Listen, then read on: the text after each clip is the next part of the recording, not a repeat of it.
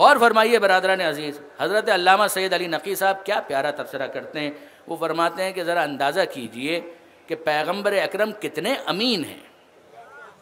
یعنی وہ مشرکین جو ننگی تلواریں لیے ہوئے گھر کے باہر کھڑے ہیں، ان کی امانتیں پیغمبر اکرم کے پاس ہیں، اور وہ امانتیں پیغمبر مولا کے حوالے کرتے ہیں اور کہتے ہیں علی تم یہاں پر سو جاؤ اور بعد میں یہ امانتیں انہی مشرکین کو لوٹا کر پھر میرے پاس آ جانا.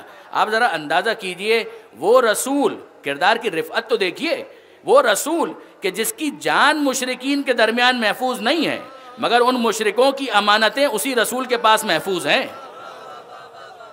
یہ امانت داری کی معراج ہے، یہ امانت داری کی معراج ہے کہ وہ رسول کہ جس کی جان ان مشرکین کے درمیان محفوظ نہیں ہے، مگر ان مشرکین کی امانتیں اسی رسول کے پاس مکمل طور پر محفوظ ہیں. اور اب یہ لمحہ فکریہ ہے، وہ رسول جو امانت داری کے بارے میں اتنا سینسٹیو ہے، اتنا حساس ہے. کن کی امانت کے بارے میں؟ بہت توجہ کیجئے گا برادران عزیز. وہ رسول کہ جو مشرکوں کی امانت کے بارے میں اتنا حساس ہے کہ جب تک محفوظ ہاتھوں تک منتقل نہ کر دے مکہ نہیں چھوڑتا.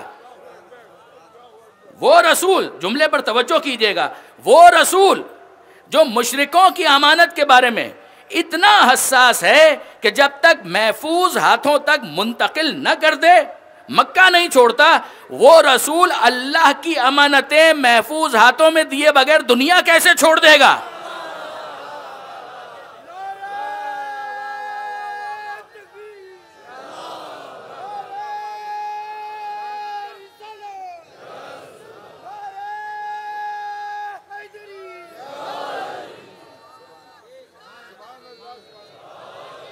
یعنی واقعاً لمحہ فکریہ ہے کہ انسان غور کرے، وہ رسول جو امانتوں کے بارے میں اتنا حساس ہے، مشرکوں کی امانت کے بارے میں، کہ علی کے محفوظ ہاتھوں میں دیے بغیر وہ مکہ نہیں چھوڑتا، وہ خدا کی امانتیں محفوظ ہاتھوں میں دیے بغیر دنیا کیسے چھوڑ سکتا ہے؟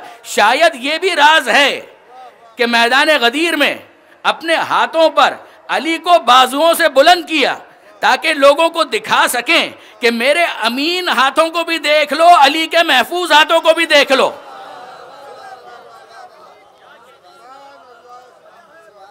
اور پھر اس کے بعد سنو کہ من کنت مولا ہو فہذا علی مولا، کہ جو ایسا امانت دار ہوگا اسی کو ولایت منتقل کی جائے گی، ولایت بھی اسی کو منتقل کی جائے گی، امانتیں بھی اسی کو منتقل کی جائیں گی. درود بھیجئے محمد و آل محمد پر.